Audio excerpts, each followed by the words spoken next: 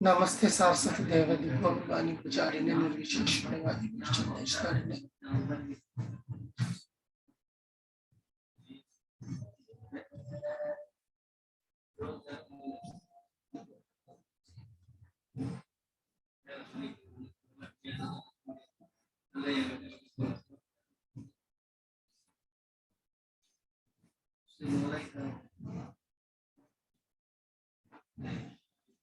जय श्री कृष्ण चैतन्य प्रभु नित्यानंद श्री अद्वैत गदाधर शिवासादि गौर भक्तवृंद।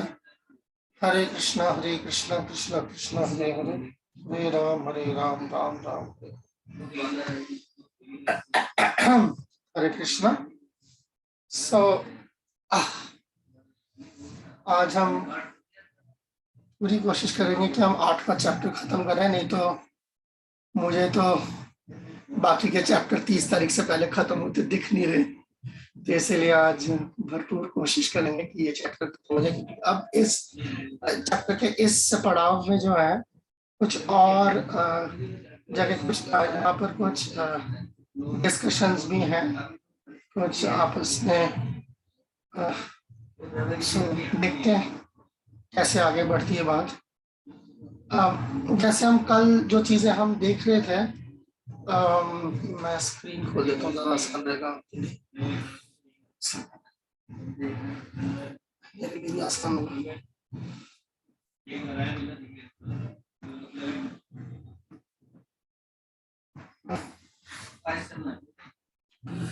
हमने कल ये मोटा देखा था, हम कल यहाँ तक आ गए थे, 14 से 16 के आसपास तक हम आ गए थे, और पूरे चैप्टर का जो हमने बात करी थी उसके बाद इस तरीके से कैसे मवाजना है इस मादी दुनिया के साथ और रूहानी दुनिया के साथ, और आखिर में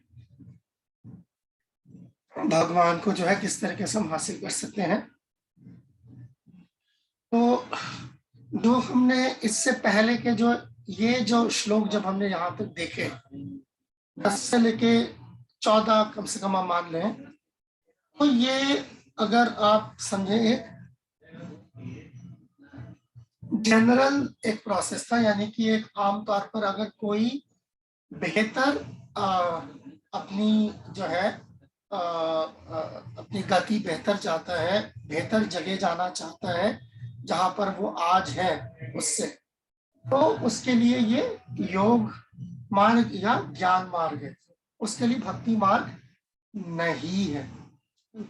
अगर आप इसी कायनात के अंदर कहीं और किसी और ऊंचे सैयारे पर जाना चाहते हैं तो उसके लिए ज्ञान मार्ग या योग मार्ग बताया गया। इसी वजह से ये श्लोक जो है कल हमने जिस पे काफी तफसीली गुफ्तगू की थी तो वो है, मगर भक्ति जो है वो किसी दुनियावी या मादी सैयारे पर जाने के लिए नहीं है, और ये हम आगे अब चेक करेंगे। तो अगर मैं आपके लिए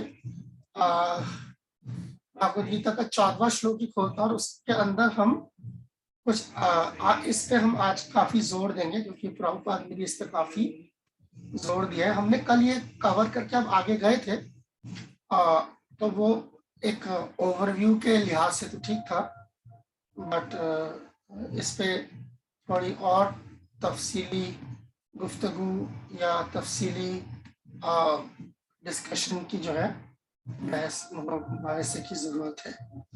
ओके, सो मैं आपके लिए स्क्रीन अभी आपको दूसरा आ रहा होगा।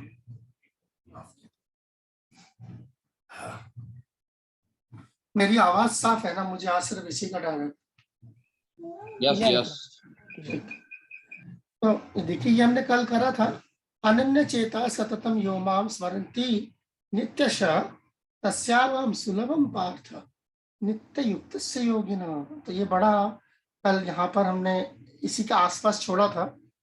उसके बाद वो श्लोक जो है सहस्त्र युग पर्यंतम वाला आएगा अभी, जिसके अंदर 14 लोकों की जो है एक जानकारी उसके अंदर दी गई है। मगर फिलहाल जो है ये चीज अनन्य चेता सततम सततम यो माम स्मरन्ति। स्मरन्ति लफ्ज का मतलब है याद करना, ठीक है ना। अगर आप देखेंगे यहाँ पर, देखिए स्मरंती, याद करना है ना। सो स्मरंती, फिर उसके बाद नित्यश, नित्यश का मतलब लगातार, रेगुलरली। यहाँ पर प्रभुपाद ने रेगुलर, रेगुलर लफ्ज को समझे। रेगुलर का मतलब दो, देखिए नित्य लफ्ज के दो मतलब होते हैं। इसको बेशक आप लिख लें अपने पास, ये बहुत अहम चीज है। और अक्सर जो है बेचारे भक्त, प्रैक्टिसिंग जो साधक होते हैं, वो नित्य नित्य में चकमा खा जाते हैं, नित्य लफ्ज के साथ चकमा खा जाते हैं। यहाँ पर अंग्रेजी में आप देख सकते हैं, प्रॉपर ने यहाँ नित्य का तर्जमा रेगुलर दिया है, ठीक है। जबकि नित्य का दूसरा तर्जमा हमेशा भी हो सकता है, ठीक है। नित्य का तर्जमा हमेशा भी हो सकता है, जैसे सततम कीर्तयन्तो माम, है ना। नित्य, नित्य युक्त उपासते, नित्य मतलब हमेशा। तो अब आप ये जरूरी चीज समझें इसके अंदर, कि अगर हम नित्य को उन्हीं मायनों में उसका तर्जमा देखें और उसका तफसरा करें कि नित्य का मतलब हमेशा है, तो इस दुनिया में रहते कोई काम हमेशा ऑलमोस्ट नामुमकिन है। आप समझ रहे हैं? हमेशा का मतलब होता है 24 घंटे, ठीक है। तो अगर अगर हम जो है किसी भी साधक को ये चुनौती दें कि आप लगातार 3 दिन 24 घंटे के हिसाब से 72 घंटे भगवान को याद कीजिए, ठीक है ना। तो या चलिए 7 दिन कर लें इसको, 7 दिन, 7 × 24, जो भी हिसाब बनता है, ठीक है ना। तो उतने घंटे जो है, अगर आप भगवान को आपको लगातार याद करना है, तो शायद किसी भी साधक की हमें लाश ही बरामद होगी। समझ पा रहे हैं बात को, है ना। क्योंकि 24 घंटे का मतलब है, इसका मतलब उस दरमियान ना आप खाएंगे, ना आप सोएंगे, ना आप पेट साफ करने जाएंगे, ठीक है ना। तमाम तर जो जिस्मानी जो हरकतें हैं, वो आपको बंद करके आपके पास सिर्फ एक काम है, जो है हमेशा भगवान को, है ना। हमेशा का मतलब से मुराद मैंने 7 दिन की ली, तो हमें सिर्फ लोगों की लाशें मिलेंगी। तो इसीलिए प्रभुपाद ने यहाँ पर एक सेकंड जरा, एक सेकंड।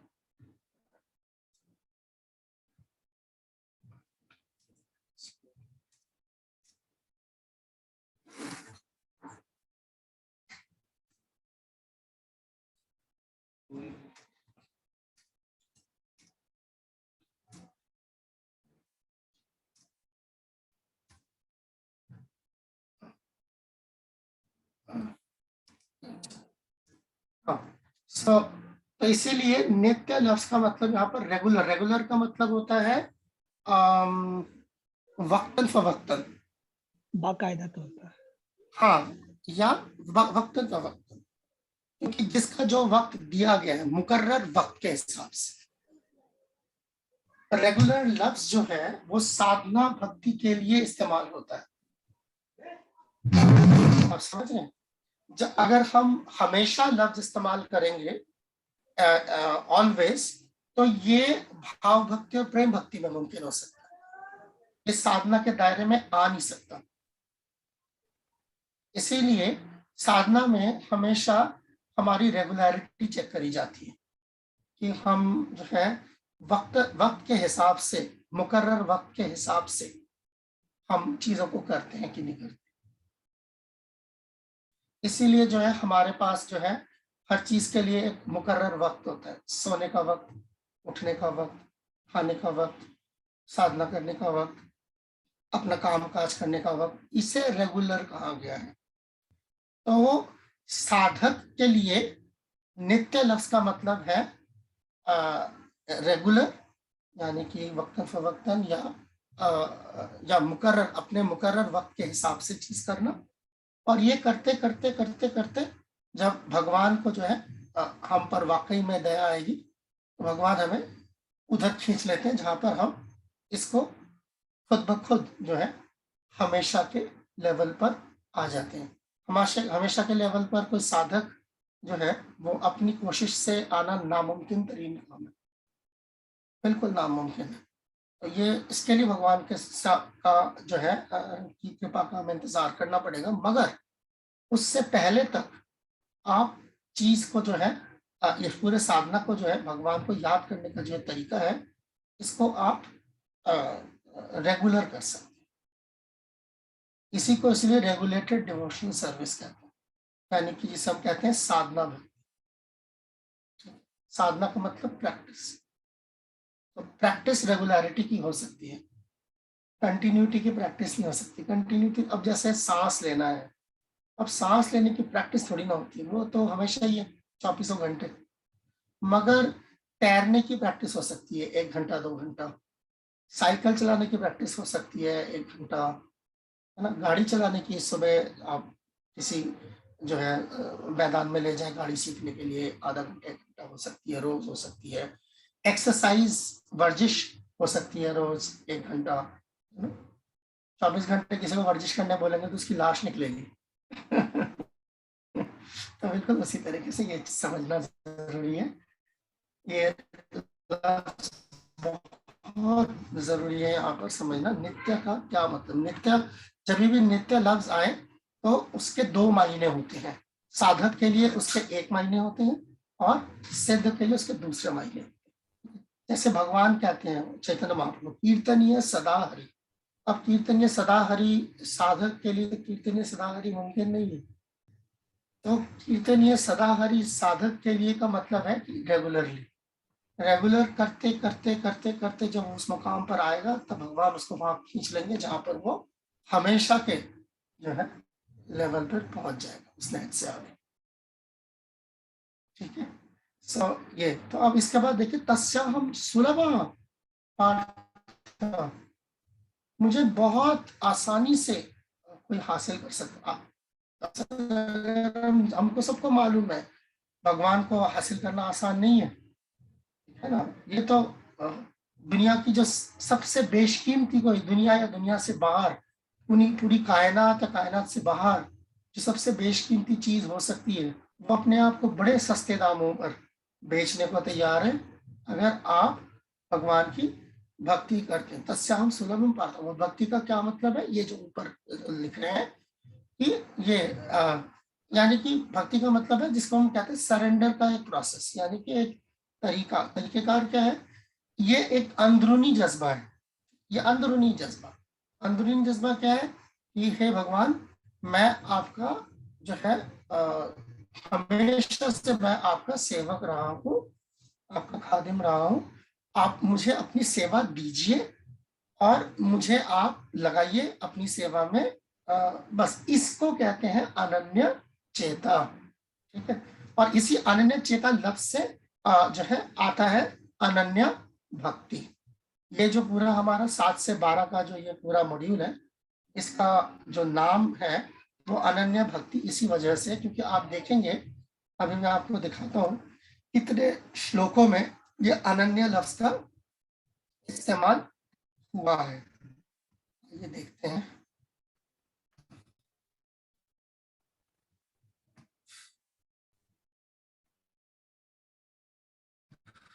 ये देखिए, स्क्रीन आ गई। ठीक है, ओके। अनन्य भक्ति देखिए कहाँ कहाँ अनन्य है।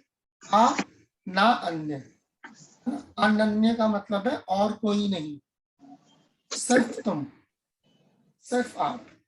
अनन्य, प्योर डिवोशन, सिर्फ भगवान की शुद्ध भक्ति। अब देखिए कहाँ कहाँ पर इसका जिक्र है। एक तो यही है जहां से हमने शुरू किया, अनन्य चेता, अनन्य वल्लभ, अपना अपने मन को जो है इधर उधर भटकाए बगैर, रेगुलर प्रैक्टिस। आगे देखेंगे अभी 22वें श्लोक में भी है, भक्त्या अनन्य, अनन्य भक्ति, यानी कि ये जो यहाँ पर आ रहा है अनन्य भक्ति, प्योर डिवोशनल सर्विस।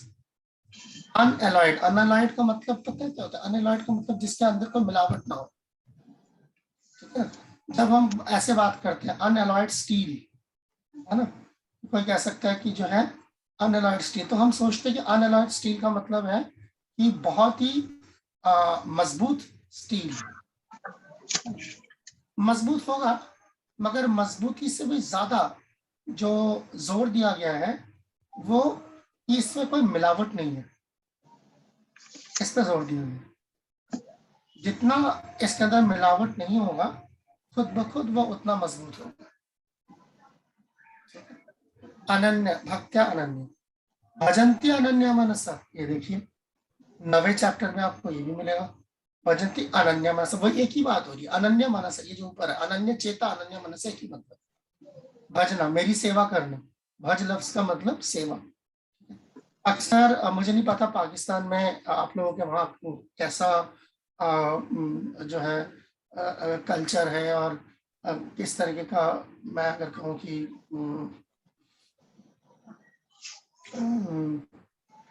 मतलब अकीदे के हिसाब से कह रहा हूं मैं, ठीक है। हिंदुस्तान में भजन जो लफ्ज है वो एक गायकी समझा जाता है, जैसे ठीक है, जैसे कि गजल है, उसी तरीके से जो है भजन को एक गायकी का तरीका समझा जाता है। भजन, अच्छा भजन सुनाना, हमारे यहाँ पर बहुत भजन जो है सीडीज वीडियोस निकलते हैं, लोग जो है तमाम तर जो है उनकी जो भी उनका अकीदा है उसके हिसाब से वो उनके लिए भजन बना लेते हैं। तो अक्सर जो है भजन लफ्ज जो है वो समझा जाता है कि माने कि वो एक गायकी का जो है अंदाज है। मगर भजन लफ्ज जो है वो भज था, भज उसकी जो शुरू, उसका जो मादा है वो है भज। भज का मतलब होता है सेवा। तो भजन का दरअसल गाने बजाने से कोई ऐसा कोई सीधा रिश्ता नहीं है, मगर हाँ भगवान की सेवा में हम गाते बजाते भी हैं, तो इस तरीके से रिश्ता है। अब हो सकता है कि कोई सरसरी तौर पर जो बाहर से देख रहा हो उसे ऐसा, उसको ऐसी गलत फहमी हो कि अच्छा अच्छा अच्छा इनकी भक्ति का मतलब गाना बजाना होता है, पर दरअसल भक्ति का मतलब सेवा होता है। और सेवा खिदमत के अंदर जो है हम भगवान की खिदमत के लिए हम उनकी शान में जो है हम मौसीकी भी हम रखते हैं और हम नाचते भी हैं, सारा कुछ है, ठीक है। सो ये तो भजन की लफ्ज जो है, भजन लफ्ज जो है ये कम से कम हिंदुस्तान में तो इसको आमतौर पर जो इसकी बहुत गलत एक एक एक एक एक एक अंडरस्टैंडिंग है। तो खैर आगे देखिए, अनन्य चिंतन तमाम, ये लीजिए ये श्लोक तो भागवत गीता में 2 बार आया है। अनन्य चिंतन तमाम ये जना परिपास योगक्षेम। तो ये बड़ा ही अहम श्लोक है, जो बिल्कुल बीचों बीच भगवत गीता के भी इस्तेमाल हो रहा है और आखिरी में 18वें चैप्टर में दोबारा इस्तेमाल हो रहा है।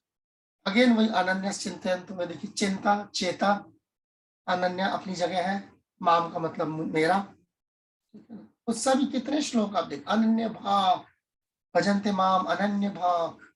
भाव का मतलब होता है कि बगैर हिले डुले, लाइक भजन्ती, लाइक अनन्य अनन्य।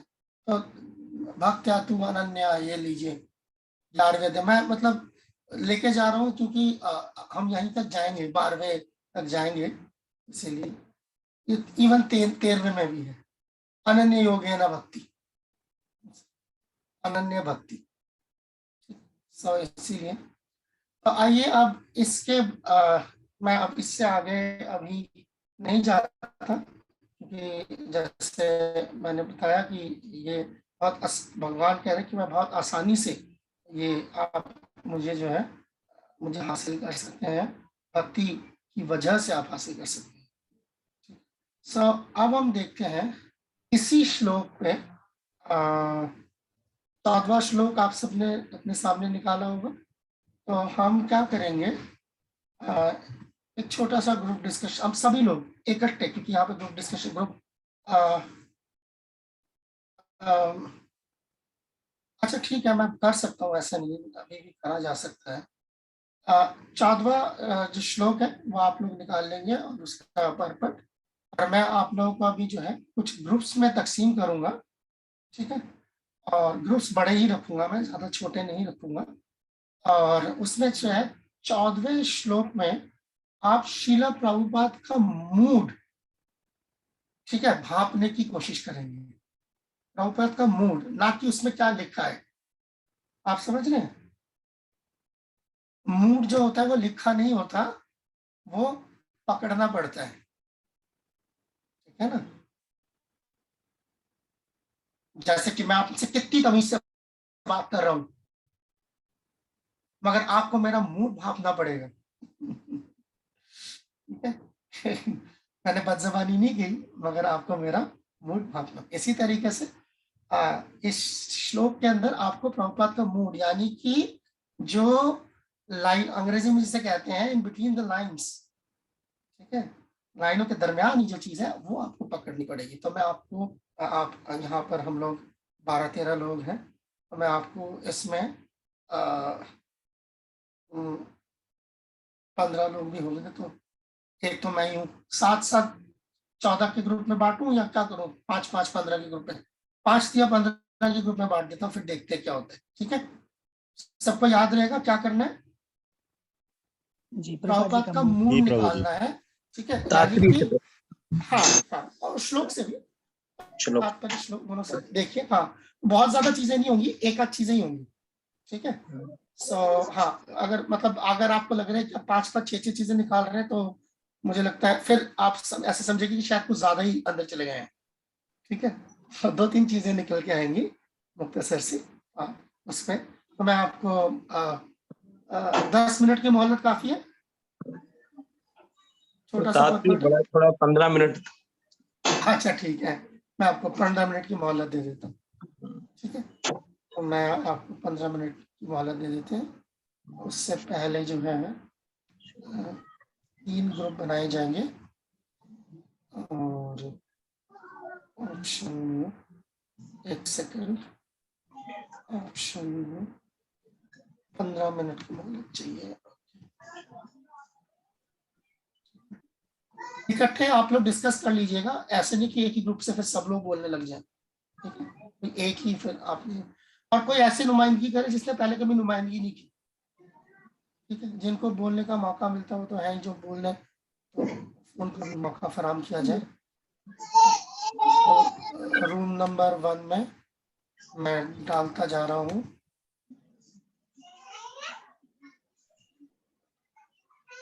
ओके, रूम नंबर 2 में, ओके,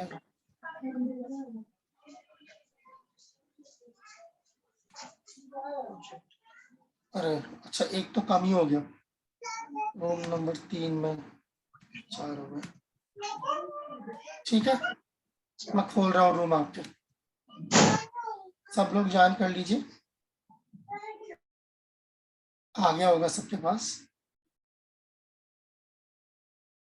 ठीक,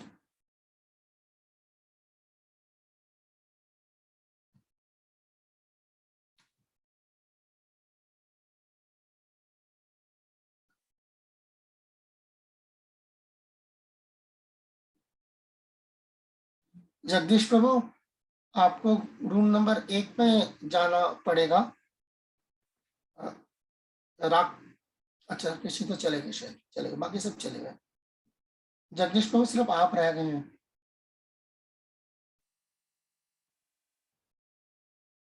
राइट।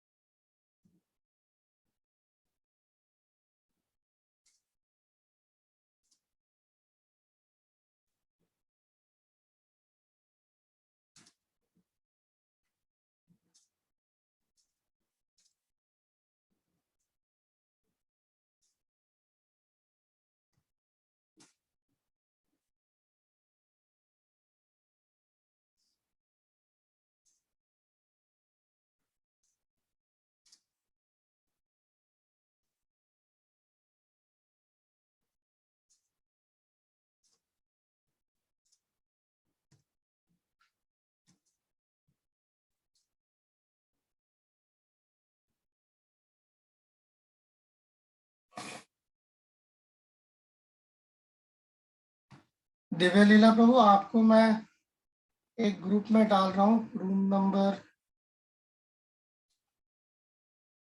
2 में डाल देता हूँ। रूम नंबर 2 में डाला है प्रभु जी आपको। दिव्य लीला प्रभु, आप रूम नंबर 2 में चले जाएं और वहां पर एक डिस्कशन हो रही है छोटी सी, उसमें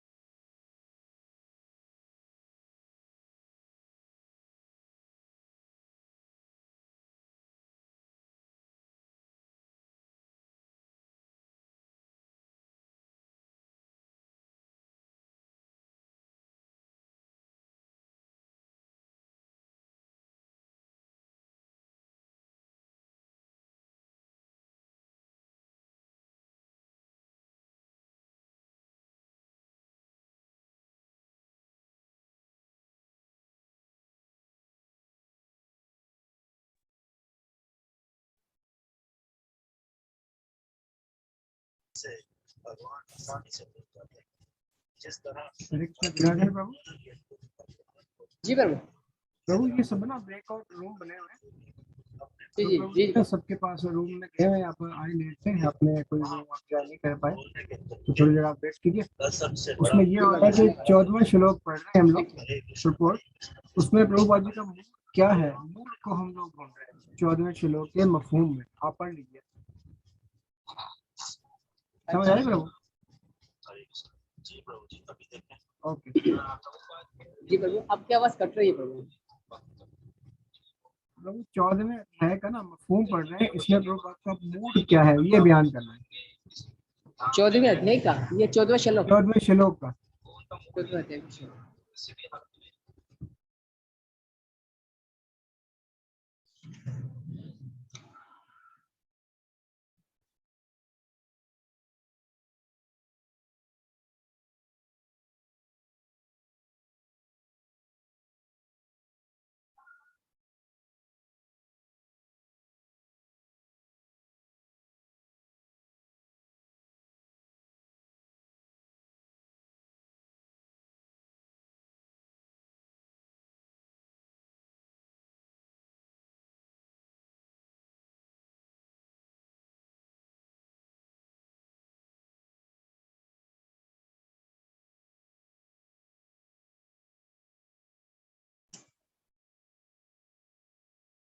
जनार्दन प्रभु, सॉरी सॉरी, वो हमारा एक डिस्कशन चल रहा है, मैं दूसरे रूम में चला जी। गया था, तो कोई नहीं, अभी 1-2 मिनट की और बात है, जी अभी वो आ जाएंगे। तो फिर ये जस्ट एक हमारा वो था 8वें चैप्टर का 14वां श्लोक, हालांकि हम कल कर चुके थे, बट उसमें जी एक बारीक प्रभुपाद का एक मूड हम पकड़ने की कोशिश कर रहे थे, प्रभुपाद का भाव, तो वो एक छोटा सा एक्सरसाइज चल रहा है, बस अभी 1-2 मिनट में और सब लोग आ जाएंगे तो मुकम्मल हो जाएगा।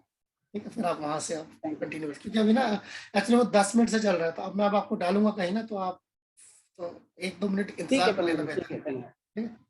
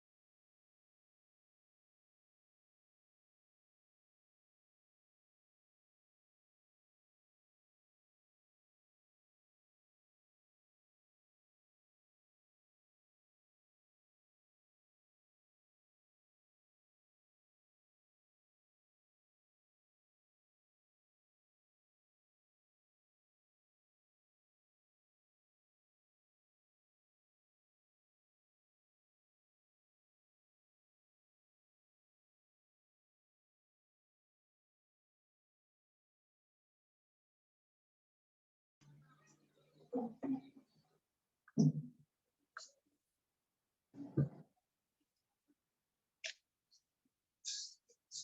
राम।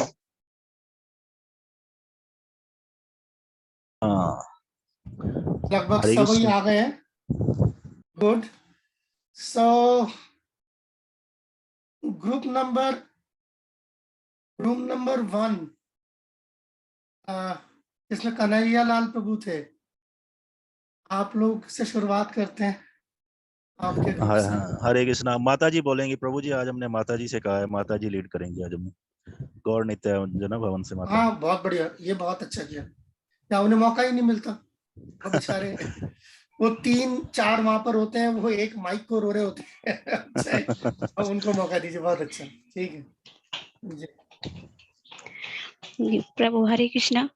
जी फरमाइए। प्रभु इसमें इस श्लोक में यहाँ पे प्रभुपाद जी का मूड ये लगता है कि जैसे कि प्रभुपाद जी महाराज कहते हैं कि जो शुद्ध भक्त, प्रभु थोड़ा कंफ्यूज हो रहे कि हमें प्रभुपाद जी महाराज जी कहना चाह रहे हैं कि आप जब इन शख्स को जो है भक्त सेवा करने के लिए कोई खास मखसूस जगह का नहीं सोचना चाहिए कि मैं किसी मखसूस जगह पर जाऊं और भगवान का नाम जाप करने के लिए किसी मतलब कोई एक्सक्यूज, कोई बहाना नहीं रखना चाहिए। कभी कहीं भी जो है भगवान का नाम जप करें और भगवान की सेवा भक्ति करें। और दूसरा प्रभु मुझे ये लगा कि प्रभुपाद महाराज की कि शुद्ध भक्त जो है वो मुक्ति की भी जो है ना ख्वाहिश नहीं रखता है। वो सोचता है कि बस मुझे जो है बस श्री कृष्ण को खुश करना है। बस हरे कृष्ण। शाबाश। पहला जो पॉइंट था बिल्कुल तीर निशाने पे लगा है। ये जहाँ प्रभुपाद जो है इस पे काफी पूरा एक पैराग्राफ प्रभुपाद ने उसके अंदर लिखा है कि कई लोगों का ये सोचना है कि भक्ति जो है वो सिर्फ वृंदावन में जाके हो सकती है, मगर ये प्रैक्टिस जो है अगर ये अगर अगर अगर वाकई में सिर्फ यही हो तो फिर दुनिया में तो फिर किसी और के चांसेस खत्म हो जाएंगे भक्ति करने के, सबको इधर आना पड़ेगा। हालांकि ये बात सच है, इसमें कोई शक नहीं है कि वृंदावन या मायापुर जैसे जगह में, जगन्नाथपुरी जैसे जगह में जहाँ पर भगवान खुद अवतार लिया महाप्रभु और भगवान वहां रहे हैं, अपनी लीलाएं करी हैं, उसका इस दुनिया की किसी और जगह से कोई मुकाबला नहीं है। फिर भी साधक के लिए जो है और यही प्रीचिंग का मकसद कि हम ये मौका फराहम करें कि जो ये चीज इतने खुशकिस्मत नहीं भी हैं, भगवान को कहीं भी बैठ के याद कर सकते। Very good. वनिता भवन से माता जी का नाम क्या है? मुझे आपका नाम नहीं पता। प्रभु रीमा नाम है। नीमा। रीमा जी। और रीमा रीमा रीमा रीमा जी। रीमा जी, बहुत बढ़िया, बहुत बढ़िया। सेकंड ग्रुप जिसके अंदर मुझे ध्यान है दर्शना माता जी थी, उस ग्रुप की अगुवाई कौन करेगा?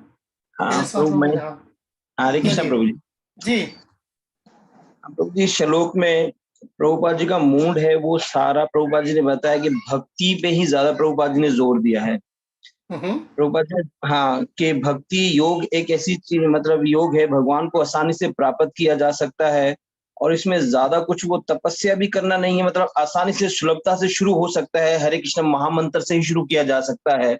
बहुत बढ़िया, ऐसा प्रीचिंग। और जैसा कि प्रभु यहाँ बताया है कि भाई 4 जो जिज्ञासु आर्थिक ख्वाहिशमंद जो ज्ञानी हैं उनमें भी कुछ ना कुछ कहीं ना कहीं रुकावटें आ सकती हैं, लेकिन भक्ति योग ऐसा है कि इसमें कोई रुकावट नहीं, सुलभता से जो है इसको करके भगवान को प्राप्त किया जा सकता है।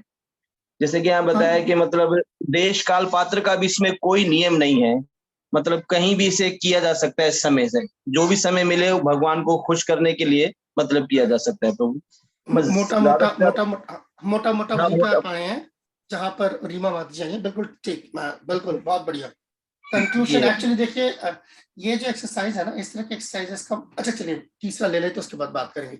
रोहिणी नंदन प्रभु तीसरा बैच आपका था ना? Yes yes. आपके बैच से रुक्मणी कौन? प्रभु जी बोल रहे हैं। ओह रुक्मणी प्रभु। हाँ, रुक्मणी प्रभु, यस। हरे कृष्णा प्रभु, दंडवत प्रणाम। जी प्रणाम, फरमाइए। प्रभु जी इस श्लोक में प्रभुपाद ने मूड को जहाँ तक हम समझ पाए वो उसमें प्रभुपाद महाराज भक्ति पर ही जोर दे रहे हैं और इसमें जो भक्ति करके जो भक्तों का चरम लक्ष्य है उसको प्राप्त करने के लिए भगवान के विषय बता रहे हैं कि चरम लक्ष्य किस तरह से प्राप्त किया जा सकता है, ना ज्ञान योग से, ना ध्यान योग से, हठ योग से, इनसे नहीं, एक शुद्ध भक्ति करके ही भगवान के दिव्य धाम को या भगवान के चरम लक्ष्य को, हम जो भक्तों का चरम लक्ष्य है उसको प्राप्त कर सकते हैं। ठीक। और इसमें ये है कि भक्त की जो ख्वाहिश है इसमें, वो यही होती है कि भगवान की इच्छा को पूर्ण किस तरह किया जाए, भगवान को खुश किस तरह से किया जाए। और इस भक्ति योग की जो सरलता से शुरुआत की जा सकती है, हरे कृष्ण महामंत्र के द्वारा की जा सकती है।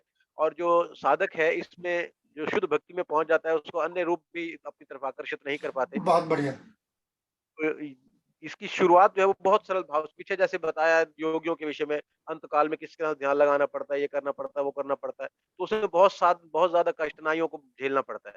लेकिन भक्ति योग एक ऐसा योग है जिसको सरलता से हरे कृष्णा कृष्णा कृष्णा हरे हरे, हरे राम राम राम हरे हरे, इस सरल तरीके से इसको आरंभ किया जा सकता है और अपने इस मनुष्य के जन्म का जो चरम लक्ष्य है उसको प्राप्त किया जा सकता है। आपने एक और पहलू पकड़ा इसके अंदर जो बाकी दो ग्रुप्स से जो है मुख्तलिफ था और बिल्कुल ठीक था, कि एक स्पेसिफिक जो भगवान का जो रूप है उसकी तरफ जो है भक्त आगे की तरफ जा सकते हैं, जो आपने बोला कि जब वो आगे बढ़ जाता है। बहुत बढ़िया। ये दरअसल इस एक्सरसाइज, इस तरह के एक्सरसाइज जो है खासतौर पर जहां पर आप देखते हैं कि प्रभुपाद का जो मूड है, ये इस तरह के एक्सरसाइज बेहद जरूरी है। यस दर्शना जी, मैं आ रहा हूँ, फिनिश। इसलिए जरूरी है क्योंकि ये जो हमारे, जैसे हम ये भक्ति शास्त्री कर रहे हैं, हर चीज, हर दो प्रीचर की राय जो है इत्तेफाक राय हो जरूरी नहीं है, मगर अगर प्रीचर्स ने प्रभुपाद का मूड जो है उसको ठीक अगर आपने पकड़ा है तो आपकी प्रीचिंग ठीक है। तरीकेकार किसी का कुछ भी हो सकता है, आपको कोई एक चीज ज्यादा जरूरी लग सकती है, दूसरे को कोई और चीज ज्यादा जरूरी लग सकती है, और जहां पर प्रभुपाद के मूड की बात आती है, यानी कि प्रभुपाद की प्रायोरिटीज क्या है, जैसे है ना, हम जैसे प्रभुपाद ने जब इस्कॉन बनाया तो प्रभुपाद ने क्लियरली इस्कॉन के कुछ चीजें ऐसी हैं जहां पर प्रभुपाद ने उसको एक प्रायोरिटी दी कि जो इस्कॉन को किसी और वैष्णव इससे भी तहरीक से भी जो है जुदा और मुख्तलिफ बनाती है और खास बनाती है। जैसे इसके अंदर जो आप लोगों ने पकड़ा, दो तीन चीज जो मुझे बड़ा अच्छा लगा, सीधा ही पहले रीमा माँ जी ने पकड़ लिया कि कहीं पे भी भक्ति की जा सकती है वृंदावन के अलावा भी, और वही चीज बाद में रुक्मिणीपति प्रभु ने भी वो चीज पकड़ी। तो ये एक स्पेशलिटी इस्कॉन की, एक प्रभुपाद ने ये स्पेशलिटी इस्कॉन के अंदर डाली, और इसी के चलते पूरी दुनिया में जो है इतने मंदिर और सेंटर खोले गए। तो जरूरत क्या है, अगर भक्ति भगवान की वही वृंदावन में सकती है तो हम भक्ति बर्बाद करें। राधा राम पूरे दुनिया में हमारे जितने भी मंदिर है सब बेच बाज के पूरे वृंदावन ही क्यों ना खरीद ले, चक्कर ही खत्म, ठीक है, सबको वहां बसा लेते ले जाके ठीक है। क्योंकि ये प्रभुपाद का मूड नहीं है। और हो सकता है कई बार ऐसा आपको लगे कि प्रभुपाद को जो मूड है ये हमारे कुछ आचार्यों के मूड से थोड़ा सा जुदा लग रहा है। सोच सकते हैं कि रूप गोस्वामी 64 लिम्स में लिख रहे हैं ना नेक्टर डिवोशन में कि ये मथुरावास है, 5 भक्ति के जो सबसे अहम जो है अंग है उसका हिस्सा है मथुरावास। तो अब क्या करें, तो प्रभुपाद ने देखिए फौरन उसके नीचे एक कोट दिया अद्वैताचार्य का चैतन्य महाप्रभु कि आप जहां पर है वहां वृंदावन मेरे लिए। तो ये चीज तो ये उसी वृंदावन का दूसरा, वृंदावन से किसी को ऐतराज नहीं है, मगर वृंदावन को कहाँ कहाँ देखा जा सकता है ये तो इट्स वेरी गुड। आप लोगों ने, मैं देख रहा था मोटा मोटी मूड्स अपने बड़ा अच्छा पकड़ा। आई एम वेरी, मतलब मैं सच वाकई में आप लोगों की दाद देनी पड़ेगी कि आप लोगों ने मूड, तीनों बैचेस ने, और तीसरे बैच ने तो और एक बारीक चीज, और तेजस्वान प्रभु का एक जैसा था इनका, फिर रुक्मिणीपति प्रभु ने जो एक और चीज पकड़ी कि एक खास मखसूस जो है ऐनक से जब हम भगवान को देख सकते हैं और जब हम आगे बढ़ जाते हैं भक्ति के अंदर, तो प्रभुपाद ने उसको भी रखा है। तो ऐसा नहीं कि हमारा सारा का सारा जो है जो जोर है वो है कि आओ आओ सब लोग हरे कृष्णा मंत्र करो, आओ आओ चलो सब लोग प्रचार में जुड़ो, और उसके बाद मेरा बनेगा क्या आखिरी में, वो छोड़ो, उसको छोड़ो, ऐसा नहीं है। तो हमें जिंदगी का मकसद भी मालूम है, और दरमियानी जो हमारा सफर है उसके अंदर हम लोगों को भी जो है इस रास्ते में जोड़ रहे हैं।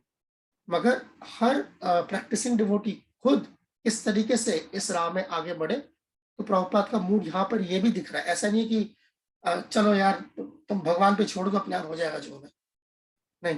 यहाँ पे ये प्रभुपाद ने बोला कि इस तरफ भी जो है नजर रखने की, नजरसानी करने की जरूरत है। Very good, very good. Darshana ji ने को हाथ गलती से खड़ा हुआ था कि ऐसे ही? Okay sir. जगदीश प्रभु फरमाइए। जी प्रभु, एक सवाल पूछूं प्रभु जी? जी जी थोड़ा एक अल्फाज डालना नहीं आता मुझे सवाल में, उसके लिए क्षमा कीजिएगा, थोड़ा लंबा हो सकता है तो। नहीं। जी तो असल में हम देखते हैं ना, Bhagavad Gita as it is है ना, उसको जो क्रिटिक्स होते हैं ना प्रभु जी, वो तारीफें तो बेशुमार हैं, मगर कुछ लोग ना ऐसे क्रिटिसाइज भी करते हैं कि प्रभुपाद जी ने ना उन चैप्टर्स में भी डिवोशनल सर्विस लगाया हुआ है, कृष्ण कॉन्शियसनेस लगाया हुआ है, यहाँ पे दूसरी चीजों की बात है। तो ऐसा हम कह सकते हैं प्रभु जी कि प्रभुपाद जी असल में भगवान कृष्ण के मूड को समझ रहे हैं कि वो क्या चाहते हैं भक्तों के लिए, या जो उनकी तरफ आना चाह रहे हैं। बिल्कुल ठीक है आपका, तो आपकी समझ जो है वो ठीक है, मगर ये जो आपने मसला उठाया है ना, जो ये मुद्दा उठाया है, ये बहुत अहम मुद्दा है। मैंने सोचा नहीं था कि यहाँ पर कोई ऐसा मुद्दा उठाएगा, बट मैं बहुत मतलब तहे दिल से आपका शुक्रिया अदा करता हूँ कि आपने ये मसला उठाया, क्योंकि ये दरअसल जो स्कॉलरली जो सर्कल्स होते हैं, जो दानिशमंद होते हैं, तो दानिश्वर लोग जो है इस चीज पर जो है कई बार जो है ऐतराज उठाते हैं कि प्रभुपाद ने हर जगह पे जो भक्ति डाल दी। अगर ज्ञान योग है तो आप ज्ञान योग की बात करें ना, कर्मयोग की तो कर्मयोग की बात करें, वहां पे भी आप जो जबरदस्ती भक्ति जो है ठूस दिया है, ऐसे जैसे लगता है प्रभुपाद ने।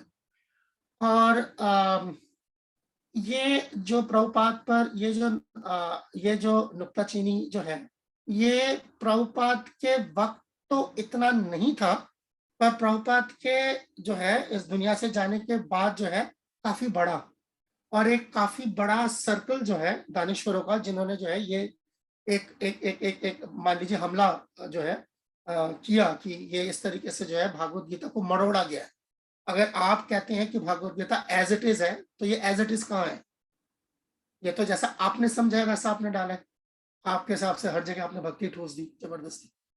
तो इसके लिए एक तो मैं जवाब जो आपका था, आपके सवाल के अंदर जवाब जरूर था, मगर अगर आप लोगों को भी फुर्सत लगे और अगर हाथ लगे तो एक किताब है, मैं यहाँ पर चैट पे लिख देता हूँ।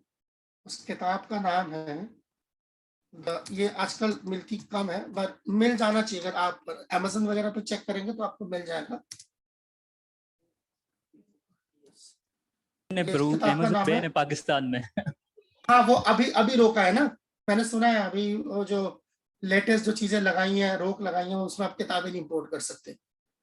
तो 1-2 महीने पहले, उससे पहले तक तो था, तो आप देख लीजिए। मगर भक्ति वेदांता पर्पस किताब का नाम है, और इसके जो लिखने वाले हैं उनका नाम है हिज होलीनेस शिवराम स्वामी महाराज।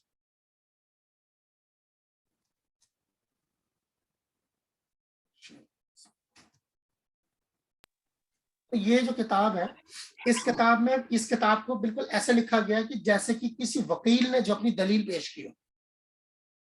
बहुत ही जबरदस्त तरीके से इस किताब में, यानी कि प्रभुपाद के कौन से चीजों पे एतराजात उठे हैं या उठाए जा सकते हैं, और प्रभुपाद ने जो है जो लफ्जों का जो प्रभुपाद ने इस्तेमाल किया, जैसे आपने खुद ही कहा कि मुझे हो सकता है लफ्ज जो है उसको अल्फाज चूज करने में मुझे थोड़ा सा दिक्कत आए, तो ये चीज है कि प्रभुपाद ने यही खास अल्फाज इन जगहों पर क्यों इस्तेमाल किए। तो इन सबको बताते हुए बिल्कुल ऐसी, ये तकरीबन 200-250 पेज की किताब है, और ऐसा लगता है जैसे कि कोई कानून की किताब हो, इस तरीके से महाराज ने किताब लिखी है। तो उसमें ये पूरा जो है तफसील से ब्यौरा चैप्टर वाइज पकड़ा गया, और जो एतराजात है वो भी पकड़े गए हैं सारे, और उसका जवाब दिया गया कि किस तरीके से। अब इसका जो बहुत आसान, अगर मैं आपको एक जवाब दूं जो कि मतलब आम तौर पर अगर कोई आपसे बहुत ज्यादा नहीं उलझ रहा, तो इतने से बात से जो है उसको इत्मीनान हो जाना चाहिए। अगर उससे नहीं होता तो फिर आपको इस तरह की किताबों की जरूरत पड़ती है। और आम जो चीज है वो ये है कि उस शख्स से जो है आपको योगा लैडर के तनाजुर में जो है आपको भागवत गीता देखनी पड़ेगी, तब वो बात समझ आएगी। योगा लैडर का मतलब दरअसल देखिए, जैसे जब हम किसी सीढ़ी की बात करते हैं, तो सीढ़ी कुछ यूं होती है, ठीक है ना, यानी ऐसे करके आप चढ़ रहे हैं, है ना, ऐसे। तो यानी कि अगर यहाँ पर आप कोई कर्म योग रख लें, यहाँ कोई ज्ञान योग, ध्यान योग, ऐसा, मगर एक्चुअली योगा लेटर ऐसा है नहीं। एक्चुअली योगा लेटर ऐसा है, यानी कि कर्म योग से बात शुरू होती है, फंसती है जाके भक्ति योग पर। ज्ञान योग से बात शुरू होती है, खात्मा होता है भक्ति योग पर। ध्यान योग से बात शुरू होती है, मुकम्मल होती है भक्ति योग पर।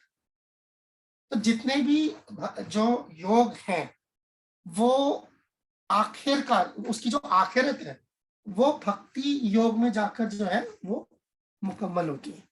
तो ये यानी कि जब हम शुरुआत कर रहे हैं तो शुरुआत में हो सकता है कि कोई कर्मी योगी हो, मगर 100% कर्मी योगी इज इक्वल टू भक्ति योग। 100% ऑफ ज्ञान योगी इज इक्वल टू भक्ति योगी। 100% ऑफ ध्यान योगी इज इक्वल टू भक्ति योगी। जब तक आप 70%, 80%, 90% है, तब तक आप पूरी तरीके से भक्ति योग के मकाम पर नहीं आए, क्योंकि इन सारे ये योग जो है बिल्कुल वैसे ही है जैसे कि सारी जो हमारी दरियाएं होती हैं वो इस समंदर में जाके जो है, ठीक है ना, वो मिलती हैं।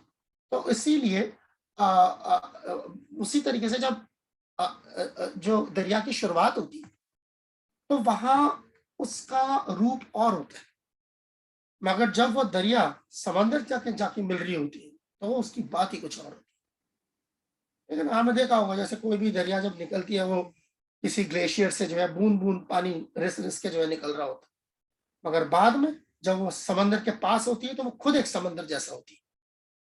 तो उसी तरीके से भक्ति योग जो है, जो सारे योग हैं, शुरुआत होते हैं आप कहीं से भी शुरू करें तो ये अपने अंजाम को तभी पहुंच पाएगा, और ये अपना जो इन भक्ति ये जो योग है इनकी पूरी ताकत तो तभी लग पाएगी अगर वो भक्ति योग में जाके मिलेंगे। तो इस वजह से जो है प्रभुपाद हमेशा हर चैप्टर में जो है टारगेट को मद्देनजर रखते हुए जो है लेके आते कि देखिए आप, हालांकि फिलहाल आप सांख्य योग की बात कर रहे हैं दूसरे चैप्टर में, मगर ये जाके बनेगी बात आपकी भक्ति योग में तीसरे चैप्टर में, चौथे चैप्टर में कर्म योग, ज्ञान योग, छठे चैप्टर में ध्यान योग की बात हो रही है, मगर ये जाएगी बात सीधा भक्ति योग तक। 13वें से 18वें में, 13वें से 13वां 14वां खास तौर पर ये ज्ञान योग, ज्ञान मार्ग की बात हो रही है, मगर जाएगी ये भक्ति योग में। इसलिए आप देखेंगे हर चैप्टर में कुछ एकांत श्लोक ऐसे होते हैं जो सीधा भक्ति के होते हैं, बाकी नहीं होते, क्योंकि वो उस चैप्टर के यानी कि उस जो तरीकेकार है का टारगेट होता है। अच्छा, अब ये बात कौन ज्यादा समझ सकता है? जिसने उसकी हकीकी तौर पर प्रैक्टिस की। तो प्रभुपाद का ये, अच्छा ये एक और चीज, ये बेशक आप लोग अपने पास लिख के रख ले, पल्ले जैसा होता है ना, पल्ले बांध ले जैसे हम यहाँ कहते हैं, ठीक है ना। तो वो ये है कि हमारी जो ताकत है, इस्कॉन के जो नुमाइंदे हैं, हमारी ताकत दानिश्वरी नहीं है। हमारी असल ताकत जो है एक प्रैक्टिशनर की है। तो हम जो भागवत गीता के बारे में जो हम जिक्र करते हैं, तो हम हकीकी तजुर्बे की बुनियाद पर वो चीज को रखते हैं। हो सकता है दानिश्वरी के लिहाज से कुछ चीजें थोड़ी मुख्तलिफ लगे, मगर प्रैक्टिस के लिहाज से जब आप उसको देखते हैं तो वो इस तरीके से देखते। तो ये आप हमेशा बोल सकते हैं इस चीज, कोई भी अगर आपसे इससे इत्तेफाक ना रखता हो कि भागवत गीता, तो हम ये किताब जो है ये प्रैक्टिशनर के क्या कहते हैं नजरिए से आप इसको देखें तो हाँ ठीक है। Yes, thank you Prabhu ji. Thank you. Arjun Babu कुछ कहना चाह रहे हैं? ये काफी देर से तो लैपटॉप के ना बैटरी बहुत थोड़ी रह गई है, और रिकॉर्डिंग अगर खत्म हो जाए मेरे पास से ये तो आप क्योंकि आप तो ऑलरेडी वहाँ अंधेरे में बैठे हैं, ठीक है, मगर ये रिकॉर्ड कर रहा है? रिकॉर्डिंग चल रही है मेरे पास, लैपटॉप में रिकॉर्ड हो रहा है, और लैपटॉप की मैं कह रहा बैटरी बहुत कम है, तो अगर लैपटॉप भी बंद हो तो जाएगा मैं क्लाउड दबा दूंगा। जी, तो मैं क्लाउड दबा देता हूँ। तुम दोनों के पास है तो जो किसी के पास भी होस्ट आ जाएगा। ठीक है, अभी अभी रहने दे, ये कर लीजिए। ओके, ठीक है जी जी चले। वो अपने आप आ जाएगा तो आ जाएगा, नहीं आएगा तो कोई जरूरत नहीं है। ठीक हो गया है, आपके क्या जो इसी। ओके ठीक है, शुक्रिया। ओके, तो हम अब आगे चले। ये Yes, हमारा sir. डिस्कशन बड़ा एक इम्पोर्टेंट पहलू था। दर्शना माँ जी, यस माँ जी, गो ऑन। हरे कृष्णा प्रभु जी। ये जो इस वर्स का जो फर्स्ट पैराग्राफ है इसकी लास्ट लाइन है, therefore the Lord says that for anyone who is unflinchingly devoted to him, he is easy to attend. अब मुझे ये नहीं समझ आ रहा वो कौन उस बंदे वो कौन सा बंदा है, वो किस स्टेज पे है भक्ति के। हाँ, बहुत बहुत अच्छा सवाल है कि ये रहा आपका, है ना। Lord said for anyone who is unflinching, है ना। अनफ्लिंचिंग का मतलब वही अनन्य भक्ति, अनन्य भक्ति की बात हो रही है यहाँ पर। यानी कि जो अनन्य भक्ति का मतलब ही हो गया कि उस वक्त कोई और रास्ता उसने इख्तियार नहीं किया हुआ, ठीक है, भक्ति का। और दूसरा वो जो हम पहले इसके अंदर शुरुआत में जो हमने बात करी थी, जज्बा भी यही है कि भगवान मैं आपका जो है बिल्कुल सनातन टाइम से जो है मैं आपका सेवक हूँ, आप मुझे अपनी सेवा में लगाइए, आप मुझे अपनी सेवा में लगा के रखिए और आप मुझे अपनी सेवा दीजिए। ये एक जज्बा है ना। जब आप सेवा कर भी रहे हैं तभी भी ये जज्बा जारी है, और जब आप मतलब मुबैना तौर पर अगर आप सेवा नहीं भी कर रहे तो भी ये जज्बा जारी रह सकता है। तो ये जज्बा 24 आवर्स हो सकता है, ठीक है ना। हकीकी तौर पर 24 आवर हाथ पैर से सेवा करना मुमकिन ना भी हो सकता। तो that is the idea, basic idea is this. ये देखिए ना, ऊपर लिखा है ना, वेयर इज द ज्ञान योगी, कर्म योगी, हठ योगी has his own self interest. उसका दरअसल उसका मकसद क्या है कि मैं निकल जाऊं यहाँ से। और आप देखेंगे अक्सर जो है यही एक वो होता है कि मुझे किसी तरह की छुटकारा मिल जाए, निजात मिल जाए, मुक्ति मिल जाए, यही है। उसमें मैं शामिल है, सारा कुछ मैं के बेस पे। यहाँ परफेक्ट भक्ति, यहाँ पे देखिए इसलिए परफेक्ट डिवोटी बोला गया। ये परफेक्ट डिवोटी, अरे ये बहुत ही अहम लफ्ज है, बहुत बहुत बहुत। It is not a practising devotee. Perfect devotee का मतलब है सिद्ध भक्त, शुद्ध भक्त नहीं। आपने देखा है प्रभुपाद अक्सर प्योर डिवोटी लफ्ज इस्तेमाल करता है। यस, यहाँ पर प्योर डिवोटी नहीं इस्तेमाल किया गया, परफेक्ट डिवोटी इस्तेमाल किया है। ये शुद्ध भक्त नहीं है, ये सिद्ध भक्त है। हरे कृष्णा प्रभु जी, क्षमा चाहूंगा, मैंने जो पर्सनल मून जी। पकड़ा था वो ये पकड़ा। हाँ यही है, यही है। मैंने खुद तो ने personal moon ये एक हाँ, ये प्रभुपाद का एक प्रभुपाद का, तभी इस पे जो है प्रभुपाद ने काफी जोर, और यहाँ पर खास ये जो बारीकी है इसकी, ये लफ्ज परफेक्ट डिवोटी इस्तेमाल किया है, प्योर डिवोटी ने इस्तेमाल किया। प्योर डिवोटी, हम जितने शख्स यहाँ बैठे हैं ना, सारे प्योर डिवोटी के अंदर आते हैं, सब लोग 14-15 जितने हम यहाँ बैठे सबके सब। क्यों? वो इसलिए कि अगर कोई कोयले की खदान में काम करता है तो आप उसको क्या कहते हैं? कोल माइनर कहते हैं ना। स्कूल जाने वाले बच्चे को स्टूडेंट ही कहते हैं ना, ठीक है ना। तो उसी तरीके जो भक्ति योग की प्रैक्टिस कर रहा है तो वो भक्ति योगी कहलाया जाएगा। शुद्ध भक्ति की प्रैक्टिस कर रहा है तो शुद्ध भक्त कहलाएगा। मगर जहां पर शुद्ध भक्त लफ्ज इस्तेमाल हो रहा है, यहाँ सिद्ध भक्त, शुद्ध से आगे चला गया मामला। सिद्ध, he has no other desire than to please the Supreme। ये सिद्ध भक्त, सिद्ध भक्त, और कहीं उसका दिमाग जाएगा नहीं कहीं और, क्यों? सिद्ध हो चुका है ना, अब क्या रह गया उसका। ठीक, ओके। मूलचंद प्रभु फरमाइए, मैं आगे जाना चाह रहा हूँ, हालांकि वो ठीक है, कोई नहीं, देख लेते हैं। हरे कृष्णा प्रभु, मुझे थोड़ा सा क्लियर करना है, ये जो 5 रस हैं तो इसमें से जो गोलोक वृंदावन जाता है वो सिर्फ जो सखा भाव में, मतलब भगवान से जो रिलेशन है, दूसरा माधुर्य या वात्सल्य यही जाते हैं। शांत और जो अपना दास्य वाले हैं वो क्या नहीं जाते हैं क्या वहां तक? क्योंकि जो मैंने पॉइंट वहां नोट किया था कि ओनली कृष्ण रूप में ही हम सेवा करते हैं, तो वो एक लक्ष्य है हमारा, बेसिकली प्रभुपाद का जो मूड था। तो ये थोड़ा सा काइंडली क्लियर कीजिएगा, शांत रस और दास्य रस बड़ा अच्छा सवाल, बड़ा अच्छा सवाल है। हाँ देखिए, गोलोक वृंदावन में पांचों के पांचों रस मौजूद है, ठीक है। मगर तादाद जो है वो पाद के जो 4 रस है उनकी ज्यादा मिलती है। दास्य से लेके माधुर्य की तादाद जो है ज्यादा होती है, इन द सेंस वाई, क्योंकि जो शांत रस होता है, शांत रस को समझिए कैसा है। शांत रस का मतलब है वो भक्त खुद ब खुद आगे बढ़ के भगवान की सेवा नहीं कर सकता जब तक भगवान इनिशिएट ना करे। मिसाल के तौर पर भगवान की बांसुरी, अगर भगवान उठा के ना बजाए तो अपने आप नहीं बज सकती, ठीक है ना। अगर गाय है, अगर भगवान जो है उसको जो है गले लगाए हैं, उससे दूध ना निकाले तो खुद ब खुद भगवान को गाय दूध नहीं पिला सकती।